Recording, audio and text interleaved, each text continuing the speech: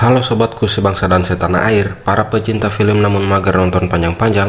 Kali ini saya akan merangkum sebuah film action yang berjudul Skin Trade. Film ini dirilis pada tahun 2014 dan dibintangi oleh aktor-aktor terkenal seperti Tony Jaa, Dolph Lundgren, dan Michael Jai White. Oke, tanpa berlama-lama kita langsung saja ya. Kamera action.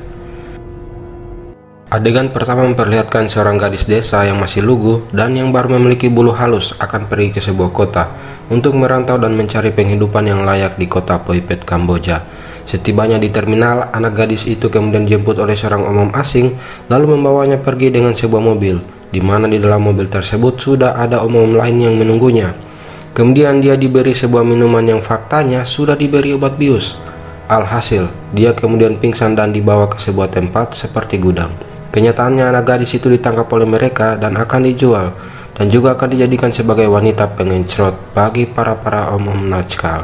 Bahkan mereka sengaja merekamnya agar nantinya bisa didownload bagi para penikmat situs.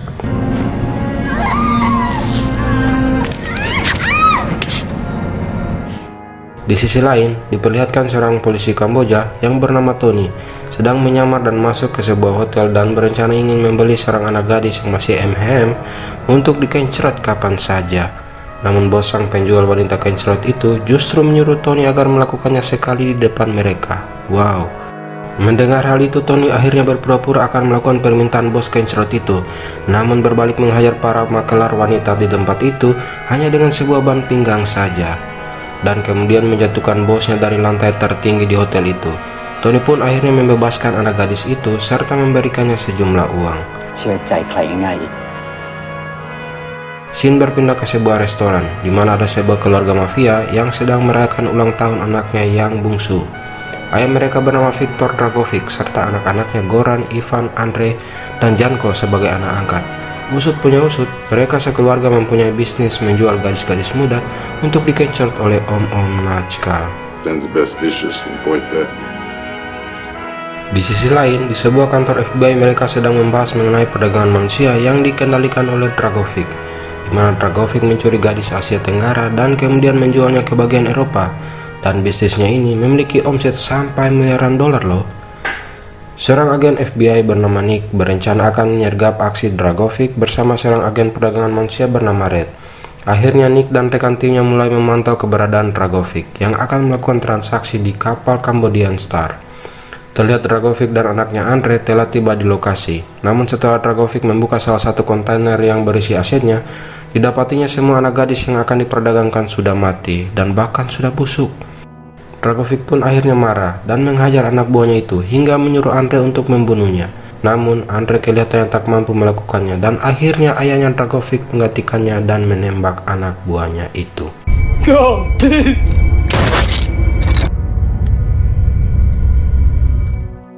Nick dan timnya tak menyanyiakan kesempatan itu dan mulai beraksi menyergap Dragovic bersama komplotannya.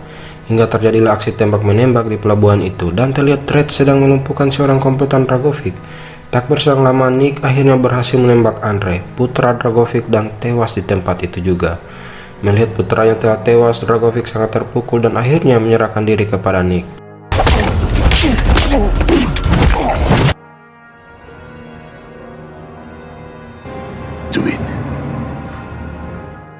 Akhirnya Dragovic berhasil ditangkap dan dibawa untuk diperiksa. Dan faktanya, walaupun Dragovic ditangkap langsung bersama barang buktinya, namun dia berhasil lolos dari tuduhan tersebut dan akhirnya Dragovic dibebaskan. Mendengar hal itu Nick sangat kecewa atas keputusan itu. Bagaimana tidak, seorang penjahat yang telah lama diincar dan kepergok langsung bersama barang bukti malah dibebaskan kembali. Sungguh terlalu. Buy and sell human lives. Ask my customers. You should have killed me in that dockyard. Di sisi lain, terlihat seorang wanita bernama Min sedang bekerja sebagai pelayan di sebuah diskotik. Ternyata dia adalah pacar Tony yang menyamar menjadi mata-mata untuk memantau pergerakan anak angkat Dragovic yaitu Janko. Kemudian adegan yang kalian tunggu-tunggu pun tiba. Min dipaksa untuk melakukan pengencrotan bersama 3 pria sekaligus. Bahkan akan direkam guna memuaskan mereka penikmat situs. Wow, amazing. Wow. Usut punya usut, ternyata Min sudah menghubungi Tony bahwa dia nantinya akan dijadikan sampel pengencrotan. hingga akhirnya Tony datang dan menembak mereka. Bahkan di antaranya ada yang mendapat pukulan tepat di perkakas masa depannya.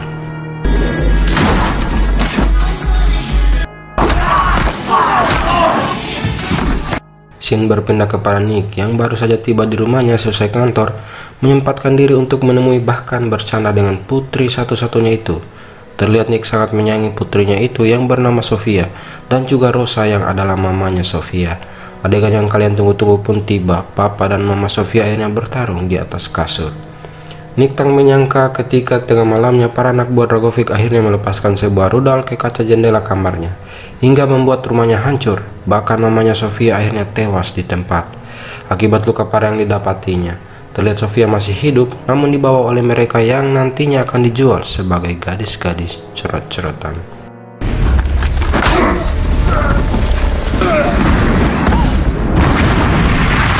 Setelah peristiwa itu Nick masih bisa selamat dan akhirnya dibawa ke sebuah rumah sakit. Ketika Nick sudah disiuman, dia mengatakan kepada rekannya dan kepada agen Red yang kala itu sedang menjenguknya bahwa Sofia anaknya masih hidup.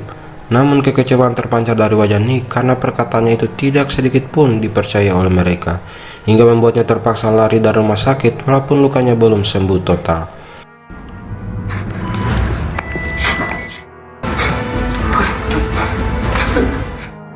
Setelah lari dari rumah sakit, ternyata Nick kembali ke rumahnya untuk mengambil sebuah foto Sofia yang masih tersisa dan sebuah shotgun, lalu pergi ke sebuah klub untuk mencari informasi mengenai sebuah tempat penjualan anak-anak gadis dan berpikir mungkin anaknya Sofia juga berada di sana.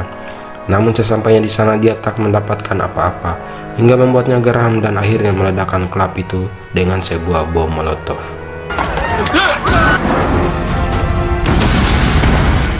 Scene berpindah pada Dragovic yang sedang negosiasi dengan senator Kamboja agar memfasilitasi keberangkatan dan pelariannya. Mula-mula senator tersebut tidak mau membantu Dragovic, namun Dragovic mengancam senator itu mengatakan akan membeberkan foto pengencerotannya kepada istri, anak, bahkan kepada publik Kamboja. Akhirnya senator itu dengan terpaksa mengikuti kemauan Dragovic. Okay, I try for 2 moments. She was about the same age as your daughter. Di sisi lain, terlihat agen Red menemui Tony dan mengatakan bahwa Nick merupakan tersangka yang melarikan diri, bahkan sangat berbahaya karena gangguan kejiwaan. Hingga Tony dan Red berencana akan menangkap Nick, yang kala itu sedang dalam perjalanan ke tempat itu. Nick pun akhirnya tiba di bandara, dan kemudian dikejar oleh Tony dan agen Red. Kemudian agen Red melihat Nick sedang bersembunyi di sebuah mobil, lalu menembak rekan Tony dan berpura-pura tertembak agar Nick bisa lari dan selamat.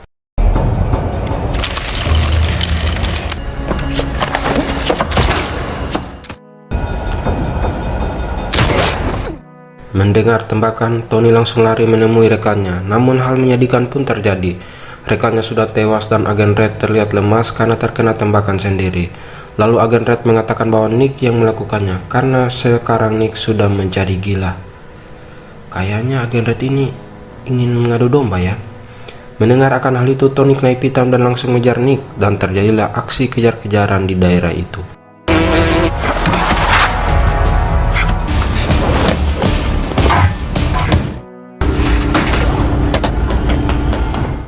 Hingga Tony akhirnya menemukan Nick yang kala itu naik motor dan mencoba menembaki Nick.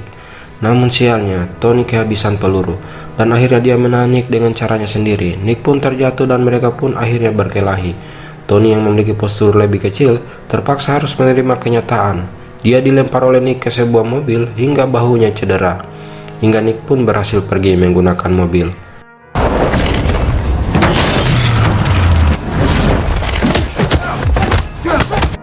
Scene berpindah, terlihat Tony sedang berada di sebuah mobil bersama dengan agen Red dan akan menuju ke diskotik tempat tujuan Nick. Lalu dia mencoba menelpon pacarnya Min yang kala itu sedang bekerja di diskotik. Ternyata agen Red memperhatikan gerak-gerik Tony. Dia berencana mencari tahu siapa sih mata-mata Tony yang selalu memberikannya informasi. Nick pun akhirnya tiba lebih dulu dan langsung masuk ke ruangan pemilik diskotik tersebut. Ternyata Nick menemukan pemilik diskotik tersebut sedang melakukan pengencerotan. Melihat pemilik diskotik sudah akan mencapai titik puncaknya, Nick kemudian menghajarnya dan menanyakan keberadaan Janko. Namun sang pemilik diskotik terus ngebacot hingga membuat Nick akhirnya membunuhnya dengan sebatang sumpit. I don't speak English.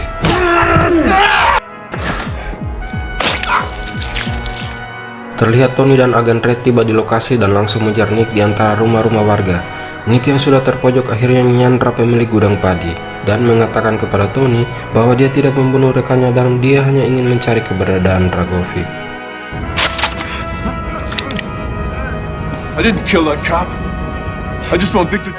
Namun salah satu anggota gudang menimpakan padi kepada Nick, hingga Tony memanfaatkan kesempatan itu untuk menendang Nick. Mereka pun terlibat adu jotos satu sama lain.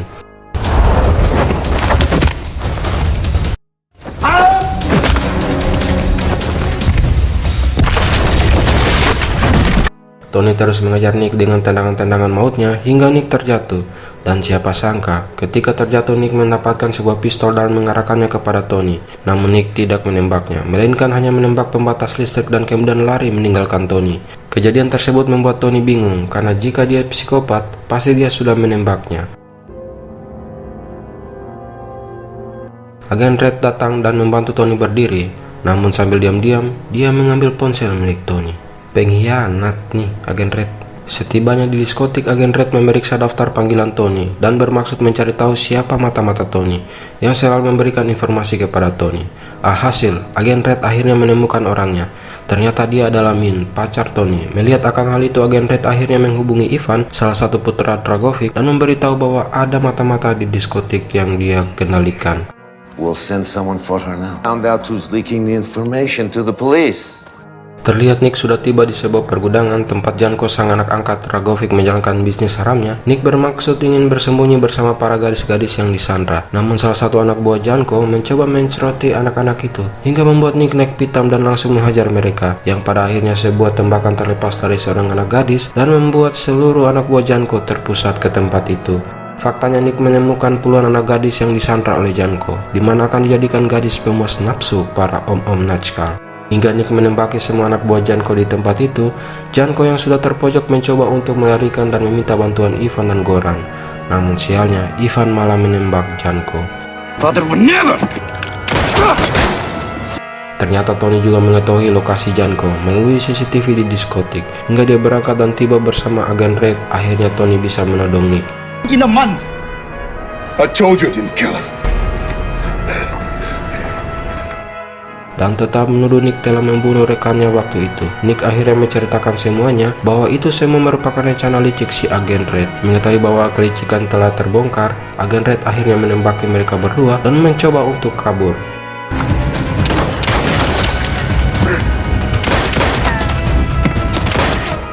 Mengetahui fakta yang sebenarnya, Tony akhirnya mengejar agen Red dan mereka pun terlibat adu jotos di sebuah gudang. Ternyata agen Red sangat terlatih, di mana semua tendangan maut Tony bisa dilumpuhkannya. Agen Red terlihat ganas saat kacamatanya terlepas dan Tony menjadi bulan-bulanan pukulannya, hingga Tony akhirnya melepaskan jurus lutut yang selama ini dipendamnya dan membuat agen Red terlempar dan lehernya terkena serpihan kaca jendela.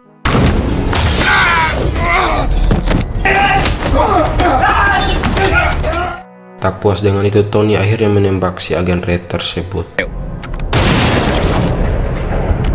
Ternyata Janko yang tertembak tadi belum tewas total alias masih kejang-kejang. Nick kemudian menanyakan kepada Janko yang sekarat lokasi ayahnya berada. Janko masih sempat memberitahu Nick sekalian dengan hembusan nafas terakhirnya.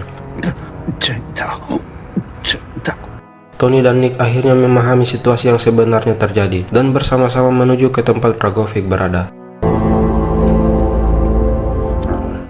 Kemudian di suatu tempat seperti pangkalan militer, terlihat Min, sang kekasih Tony, sedang disandra oleh Dragovic. Tak disangka si kakek Dragovic mengikat tangan Min dan langsung memegang titik Min dari belakang.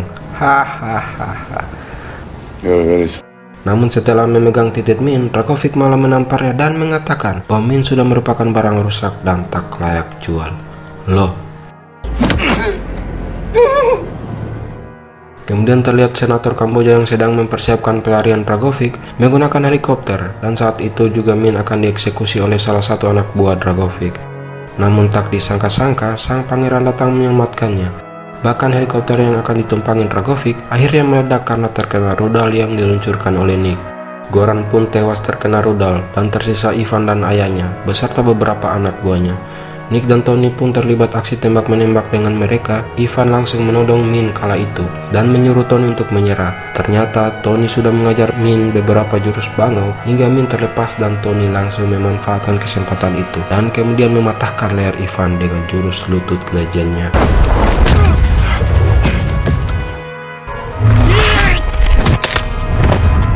Di sisi lain, terlihat Nick sedang bertarung dengan Dragovic. Di sela pertarungan itu, Nick mencoba menanyakan keberadaan anaknya Sofia kepada Dragovic. Kenyataannya, Dragovic malah mengejeknya dan berkata bahwa dia tak akan bertemu dengan anaknya lagi. Mendengar hal itu, Nick langsung termenung dan sedih, bahkan lesu. Bahkan dia tak lagi fokus ketika Dragovic menusuknya. Dan parahnya, Dragovic mengatakan bahwa Sofia merupakan barang bagus untuk dipasarkan. Seketika itu, power Nick langsung up dan kemudian berbalik menusuk Dragovic. Akhirnya Dragovic tewas dan meledak bersama helikopter di tempat itu.